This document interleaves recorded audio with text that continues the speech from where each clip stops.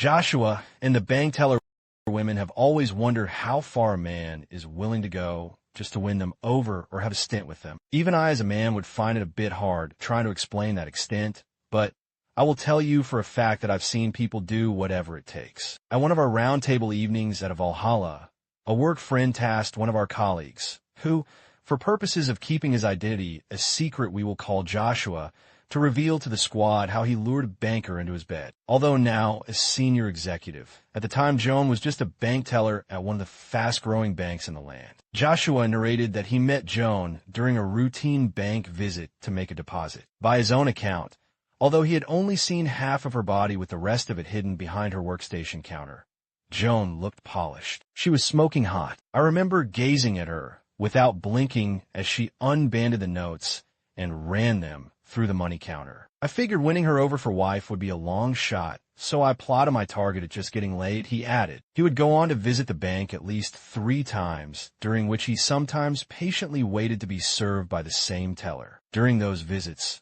Joshua would engage Joan in small friendly chit-chats as she tended to him. Being an accountant, Joshua had access to reasonable sums of money as he led most of the business transactions as head of the finance department. Although he suited up only on Mondays, he was often smartly dressed even on a casual Friday. A nice leather watch always braced his wrist. During some of his quick background checks, he had learned that she drives a 2014 RAV4 model, so impressing her with his Subaru Legacy would be a bit hard. When the day came to set his plot in motion, during a lunch break, but on another routine trip to the bank, he borrowed a friend's nice car, a Mercedes-Benz 4MATIC. And as the practice had become, he waited to be served by Joan. This time round, as he had planned, he intentionally left his car keys at the counter as he rushed out to return back to work. As he pretended to be searching his pockets for the keys, Joan showed up with the keys. "Excuse me, sir, you left your keys at the counter," she said politely. "Oh, I hadn't noticed. Thank you so much," he smilingly responded before tipping her with UGX 100,000.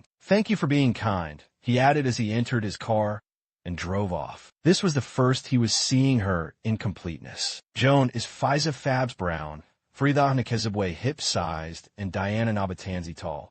He grinningly described the belle that she's. With the tip, Joshua had made an impression, and with that, he found no trouble getting her number when he asked for it. Over the next 2 months, the two went on 2 evening dates, including one that lasted till late, shortly before 11 p.m., out of the night bars in Bugalobi on a Friday. By his own account, although she seemed willing to go home with him at the end of the evening, he acted the perfect gentleman and sent her on her way one on a day he claimed to have left his car at the garage for a routine check. A fortnight later, it was time to hit the jackpot. He once again borrowed the friend's car and treated her to drinks at the same bar in Bugalobi on a Saturday late evening that ended with the two going back to his place, a fully furnished apartment that he had rented for the weekend. A whole weekend of getting laid.